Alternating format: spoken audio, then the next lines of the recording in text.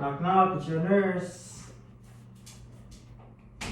Mr. Ryan? Yes. Hi, my name is Rodanina. I'm going to be your nurse for this evening. Real quick, I know I already said your name, but can you tell me your name and date of birth? Yeah. Ryan Donina, April 20th, 1995. Okay.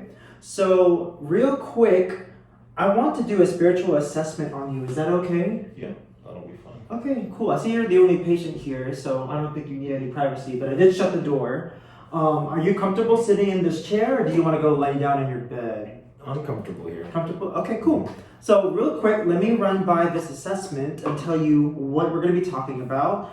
So it's a spiritual assessment. So what do you think? Spirituality, right? So I'm going to talk about your sources of hope, any organized religion that you're affiliated with, your personal beliefs, and then just general questions about end of life, okay? Okay.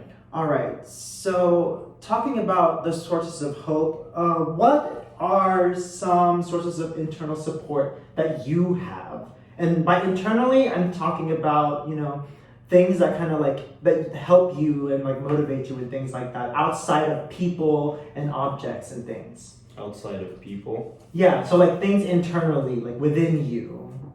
Okay. And in your mind, Sure, I mean, I think internally, really, it's just the drive to be better, to better oneself, whether if it's for myself, for some other people, whether it be family or significant other, but there's a way of bettering myself that I always use as a drive to be more hopeful. Nice. And I know that's a very good motivation as well. So what are some things that you hold on to get through difficult times? What are some things that kind of help push you through those, difficult moments in your life? Sure, I would probably say that, really dwelling on happier memories, happier times, and then the people that you've had those happy moments with. So like I mentioned in the last question, you have family members, significant others, maybe it's a pet, something like that. You can really lean on those things for happiness. Okay, got you on that. Got you.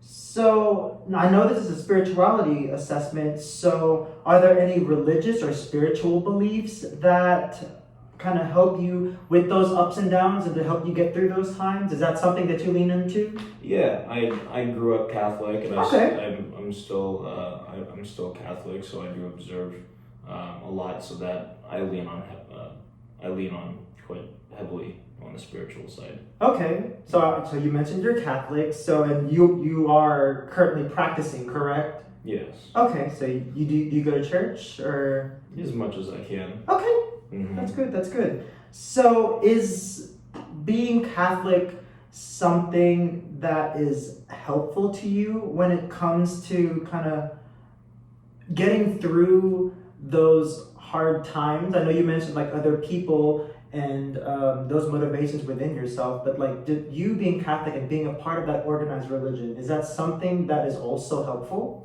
Yeah, I definitely think it's helpful. Just from a spiritual standpoint, you can lean on a lot of real life people, but just being able to look at at the higher power, say a prayer, is just see if everything's going to be okay. You say a prayer and then you'll feel better about it. Okay. Yeah. So I think those are also some of the aspects of the Catholic religion that's helpful, saying a prayer, which is not exclusively to Catholicism, but is something within Catholicism that helps, right? Yeah. Okay, got you on that one. So obviously you're Catholic and you believe in God. So how is your relationship, or what is your relationship with God really? Sure. I would say it's a little less traditional. A lot of people go to church, they do all this. Really, I think for me, it's just a lot of internal thoughts and prayers I have with God. I think I just, think, hey God, and then I ask or say something, and that's how I maintain it. Obviously just thinking about doing the right thing is also a part of it too. Right. Yeah. Okay. So outside of Catholicism, are there any other non-religion affiliated beliefs that you practice or are aware of spiritually? For example, let's look at, let's say, natural disasters. Most people don't see that as God, but more as like Mother Nature, for example. Mhm. So, I mean, even if you say no, that's fine. But are there any other like spiritual or religious affiliations outside of Catholicism that you practice and or are aware of? No. No. No. Okay. Yeah, that's fine. Well, going back to Catholicism, what are some things besides prayer that are helpful to you? I know you mentioned prayer, but is there anything else? Yeah, I mean, I think one of the other things, whenever you are, practicing and attending Mass, there's a community aspect to it. You have like-minded individuals that are Right. there that you can lean on. So Mhm. that I think that community aspect is also a really big part of Catholicism that I enjoy. Yes. And that's something that I also have noticed whenever I did attend the Catholic Mass. Like, a lot of it is done in harmony, right? They're done together. And, it really does build on the community aspect, like you said, really working towards a similar goal together. So I see that. So the last thing we're going to talk about is just the effects on medical care and like end of life.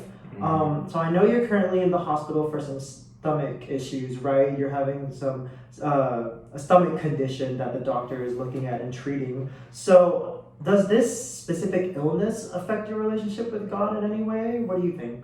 I mean, I think I find myself in more situations to where I'm saying more prayers. Right.